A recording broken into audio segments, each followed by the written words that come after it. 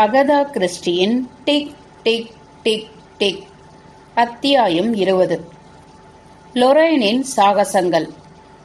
Lorraine wired படுக்கையில் எழுந்து உட்கார்ந்து கொண்டு விளக்குக்கு ஒளி தந்தாள். நேரம் சரியாக 1 10 நிமிடங்கள். அவள் வெகு சீக்கிரமாய் 9:30 படுக்கப் போய்விட்டாள். வேண்டிய நேரத்தில் சரியாக விழித்துக் கொள்ளும் கலையை லொரைன் வரமாய் பெற்றிருந்தபடியால் சற்று நேரம் இவ்வாறு ஓய்வெடுக்க முடிந்திருந்தது. அவளுடன் சேர்ந்து அந்த அறையில் 2 நாய்களும் உறங்கிக் கொண்டிருந்தன. அவற்றில் ஒன்று இப்பொழுது தலையை தூக்கி விழித்துக்கொண்டு விசாரிக்கும் தொனியில் பார்த்தது. படு பேசாம என்று லொரைன் சொல்ல அந்த பெரிய மிருகம் மரியாதையாய் தலையை மீண்டும் தொங்க போட்டுக்கொண்டு அதனுடைய மொசு மொசு புருவங்களுக்கு இடையே அவளை கவனித்தது. லொரைனின் சாதுரியத்தை பண்டில் சந்தேகப்பட்ட காலம் ஒன்று உண்டு. ஆனால் அந்த சொற்ப காலம் ஓடிவிட்டது. லொரைன் மிகவும் லாவகமான பெண் என்பது அவளுடன் பழகிய சிலருக்கு இப்பொழுது புரிந்துவிட்டது. எழுந்து கொண்ட லொரைன் இறுக்கமான ஒரு கோட் அணிந்து தயாரானாள். அதன் ஒரு பாக்கெட்டுக்குள் டார்ச் விளக்கினை நழுவவிட்டாள். பிறகு அவளுடைய டிரெஸ்ஸிங் டேபிளை திறந்தவள் அதனுள்ளிருந்து தங்க நிற பிடிக்கொண்டிருந்த ஒரு சின்ன பிஸ்டலை உருவி எடுத்தாள். பார்க்க விளையாட்டு துப்பாக்கி போன்று இருந்த அதை நேற்றுதான் வாங்கியிருந்தாள். எதையாவது மறந்து விட்டோமா என்று அறையை அவள் ஒரு நோட்டம் விடும்பொழுது அந்த பெரிய வீட்டு மிருகம் அவளை நோக்கி ஓடி வந்து கெஞ்சும் பார்வையும் வாளை ஆட்டும் அன்பினையும் பொழிந்தது. நோ, நீ வெளியே வர முடியாது. முதலாளி அம்மாவால அது இன்னைக்கு முடியாது.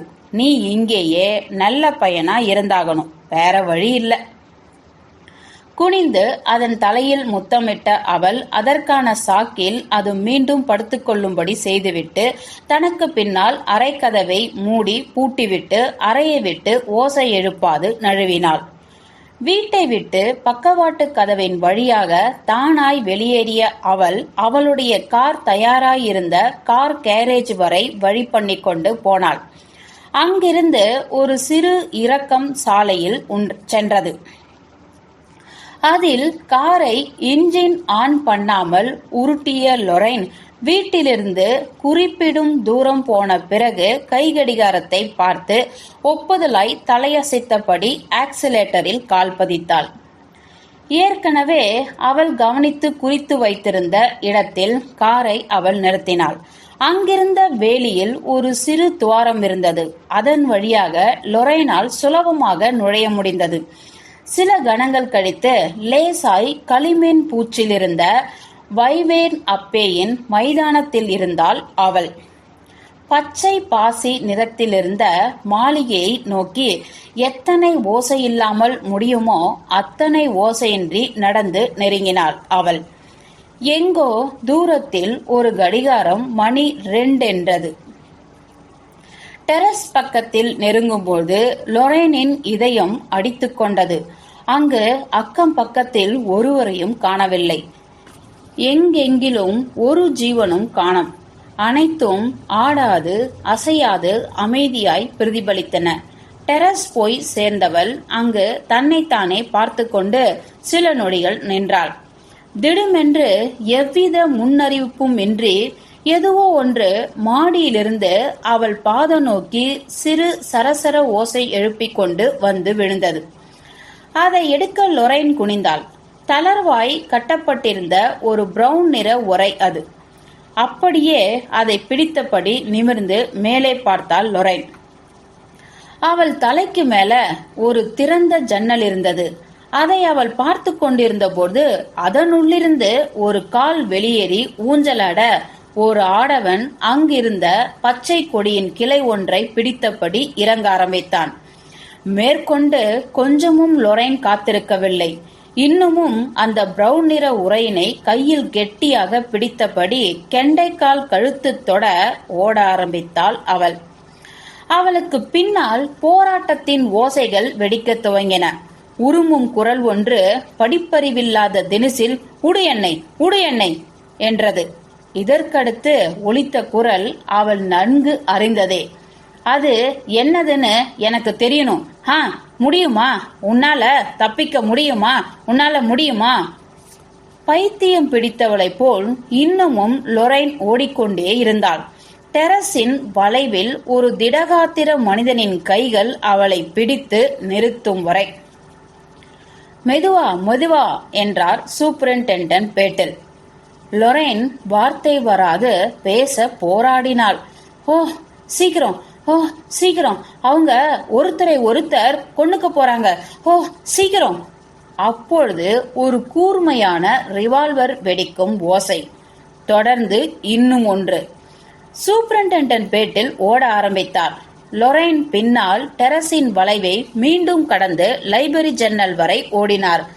ஜன்னல் திறந்திருந்தது. பேட்டில் நின்றுவிட்டு டார்ச்சினை ஒளியூட்டினார்.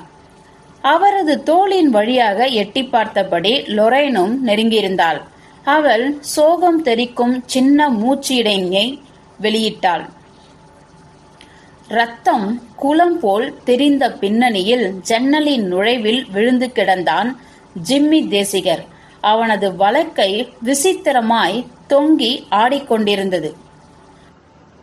லொரைன் இருட்டின் அமைதியை கிழித்துக்கொண்டு அலறிவிட்டாள். அவர் செத்துட்டார் என்று மறுபடியும் அலறினாள். ஹோ ஜிம்மி, ஜிம்மி செத்துட்டார். மெதுவா மெதுவா என்றார் சூப்பரிண்டெண்டன்ட் ஆதரவாய். இப்படி உடைஞ்சு போகாதீங்க. இந்த யங் ஜென்டில்மேன் சாகலை. நான் சொல்றேன்.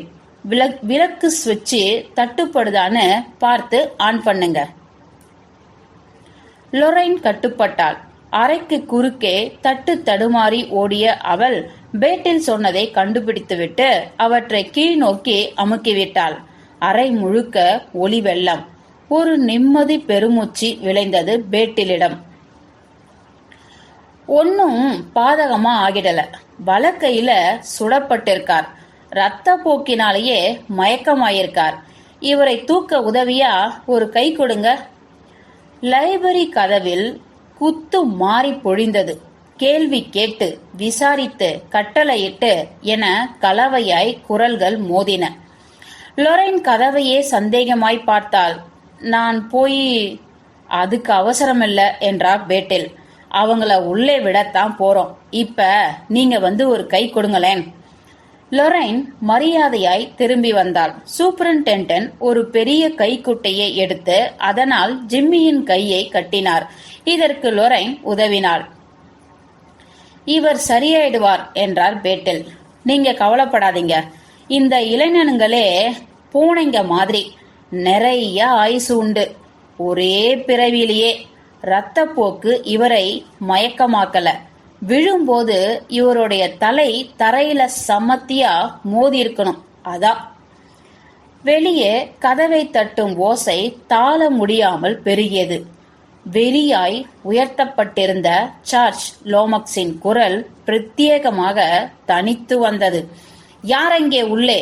உடனே கதவை திற. சூப்பரிண்டெண்டன்ட் பேட்டில் பெருமூச்சு விட்டார். நாம பதில் தந்துதான் ஆகணும் என்றார். அவருடைய கண்கள் அறையை இன்ச்சு விடாமல் அளந்தன. காட்சியை உள்வாங்கிக் கொண்டார். ஜிம்மிக்கு அருகில் ஓர் ஆட்டோமேட்டிக் பிஸ்டல் கிடந்தது. அதனை பட்டும் படாமல் எடுத்தார். விரல் அதில் பதிந்து விடாதவாறு தூக்கி பிடித்து அவர் அப்படியே அதனை பரீட்சித்தார். உருமிவிட்டு அதனை டேபிளில் கிடத்தினார். பிறகு அவர் அறையின் குறுக்காக நடந்து போய் கதவினை திறந்து விட்டார். பல மனிதர்கள் அறைக்குள் வந்து விழுந்தனர். ஏறத்தாழ அனைவரும் ஏக காலத்தில் எதையோ சொன்னார்கள். கோர்வையாய் வந்து விழ சிரமப்பட்ட அசிங்கமான வார்த்தைகளால் ஆச்சரியத்தை வெளியிட்டார் சார்ஜ். இதுக்கு என்ன அர்த்தம்? இது நீங்களா சூப்பரிண்டெண்டன்ட்? என்ன நடந்தது கேட்கிறேன் இல்ல, என்ன நடந்தது? அங்கு பில் எவர்ஸ்லே சொன்னார். கடவுளே, ஜிம்மி! கீழே சுருண்டு கிடந்த உடலையே முறைத்து கொண்டிருந்தார் அவர். பிங்க் நிற இரவு உடையை இறுக்கி பிடித்து கொண்டிருந்த லேடி குட் அலறிவிட்டார். பரிதாபத்துக்குரியவன். சூப்பரிண்டெண்டன்ட் பேட்டிலை தாண்டி கொண்டு போய் தாய்மையோடு கடந்த உடல் நோக்கி குனிந்தார் அவர். பண்டில் சொன்னாள், லொரைன்? சர் ஸ்டான்லி டிக்கிப்பியும் எபர்ஹேட்டும் என்ன நடந்துகிட்டு இருக்கீங்க என்றும் இதற்கு இணையான வார்த்தைகளையும் சொன்னார்கள். பரபரப்பு தாளாது ரத்தத்தையே பாருங்களேன் என்றான் ஒரு வேலைக்காரன். சற்று முன் வரை கண்டிராத துணிவு கொண்டு முன் வந்தார் பட்லர். இது வேலைக்காகாது என்றான். சொல்லிவிட்டு மற்ற வேலைக்காரர்களை விலகி போகுமாறு கையசைத்தான். சாதுரியம் மிக்க ரூபர்ட் பேட்மேன் சார்ஜிடம் சொன்னார், இங்கே இருப்பவர்களில் கொஞ்சம் பேரை நம்மளால விளக்க முடியுமா? ஆனால் பேட்டில் பக்கம் திரும்பிய சார்ஜோ சகிக்க முடியல என்றார். என்ன நடந்தது பேட்டில்? பேட்டில் நிமிர்ந்து சார்ஜை முறைக்க அவருடைய சுயம் அப்பொழுதுதான் விழித்து கொண்டது. உடனே சுற்றும் முற்றும் பார்த்தபடி எல்லாரும் படுக்க போகலாம் என்றார். இங்கே ஒரு சின்ன சின்ன சின்ன விபத்து என்று சுழுவாய் சொன்னார் பேட்டில். விபத்து என்று வழுக்கினார் சார்ஜ். எல்லோரும் படுக்க போனீங்கன்னா ரொம்ப புண்ணியமா போகும். ஒவ்வொருத்தரும் இதற்கு மட்டும் எதிர்ப்பு காட்டினார்கள். லேடி குட், பிளீஸ், நீங்களாவது.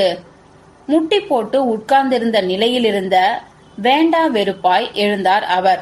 அப்படி லேடி குட் பண்ணி கொண்டிருக்கும் போதே ஒரு உழுக்கு உழுக்கப்பட்டு எழுந்து உட்கார்ந்தான் ஜிம்மி. ஹலோ என்றான் அவன் தீர்க்கமாய். என்ன சமாச்சாரம்? அவனை சுற்றி சில நிமிடங்கள் திருதிருவென்று பார்த்து கொண்டிருந்த அவனுக்கு பிறகு புத்தி சுவாதீனம் மீண்டது. அவனை பிடிச்சிட்டீங்களா? கட்டளையாய் கேட்டான். யாரை? அந்த ஆளை. கொடியை பிடிச்சுக்கிட்டு இறங்கினானே, அப்போ நான் ஜன்னலோரமா தான் இருந்தேன். பிடிச்சு இழுத்தேன் அவனை. கொலைக்கு அஞ்சாத திருட்டு பயலுங்க என்றார் லேடி குட். ஜிம்மி மறுபடியும் அவனை சுற்றிலும் ஒரு முறை பார்த்தான். நாம விஷயத்த சொதப்பிட்டோம்னு நினைக்கிறேன். பய இடி பலம் கொண்டிருந்தான். அறை கிடந்த நிலை ஜிம்மியின் வார்த்தைகளுக்கு சிறப்பான உதாரணமாயிற்று. 12 அடிகளுக்குள் உடைக்கும்படி என்னவெல்லாம் இருந்தனவோ அவை அனைத்தும் உடைக்கப்பட்டிருந்தன. அப்புறம் என்ன நடந்தது? ஆனால் எதையோ எதிர்பார்த்து ஜிம்மி சுற்றுமுற்றும் பார்க்கலானாள். பிஸ்டல் எங்கே? நீலமூக்கு. டேபிளில் இருந்த பிஸ்டலை சுட்டி காட்டினார் பேட்டில். இது உங்களுடையதா மிஸ்டர் தேசிகர்? ஆமா, இதுதான் என் நீலமூக்கு பெருமை. எத்தனை சுற்றுகள் சுடப்பட்டிருக்கு? ஒரு சுற்று. ஜிம்மி விழித்தான். ஏமாத்திடுச்சு என்றான் அவன். ஒழுங்கா நான் பட்டனை அமுக்கலேன்னு நினைக்கிறேன். இல்லனா நிக்காம இல்ல இவன் சுட்டிருப்பான். யாரு முதல்ல சுட்டது? நான் தான் என்றான் ஜிம்மி. அந்த ஆள் என் பிடியிலிருந்து நெலிஞ்சி வளைஞ்சு ஓடினான். திடீர்னு ஜன்னல் நோக்கி அவன் ஓடுவதை நான் கவனிச்சிட்டேன். வேற வழி தெரியல, வாங்கட்டும்னு முடிவெடுத்தேன். பிஸ்டல்ல கையை அமுக்கினேன். ஜன்னல் போனதும் என் பக்கம் திரும்பிய அவன் சுட்டான். வெல், அதுக்கப்புறம் நான் ஆரம்பிச்சேன்னு நினைக்கிறேன். தலையை ஞாபகப்படுத்தும் தினசில் ஆவேசமாய் தேய்த்து கொண்டான் அவன். ஆனால் சர் ஸ்டான்லி டிக்பி திடீரென்று எச்சரிக்கையானார். கொடியை பிடிச்சுக்கிட்டு இறங்கினான்னு சொன்னீங்க இல்லையா? மை காட், அப்ப சார்ஜ் உங்களுக்கு தெரியல? அவங்க அதை எடுத்துக்கிட்டு ஓடி இருப்பாங்களா? சொன்ன அவர் அறையை விட்டு விரைந்தார். அவர் இல்லாத நேரத்தில் விசித்திரமான ஏதோ ஒரு காரணத்துக்காக ஒருவரும் போகவே இல்லை. சில நிமிடங்களில் ஸ்டான்லி திரும்பினார். அவருடைய உருண்டையான குண்டு முகம் மரணித்து விட்டதை போல் வெளிரி போயிருந்தது. மை காட், பேட்டில் என்றார் அவர். அவனுங்க அதை எடுத்துட்டாங்க. ஓரூர்க்கி எழுப்ப முடியாத அளவுக்கு தூங்கிட்டு இருக்கார். மாத்திரை சாப்பிட்டு இருக்கார் போல. அவரை என்னால எழுப்ப முடியல. அந்த தாள்கள் மறைஞ்சிடுச்சு என்றார்.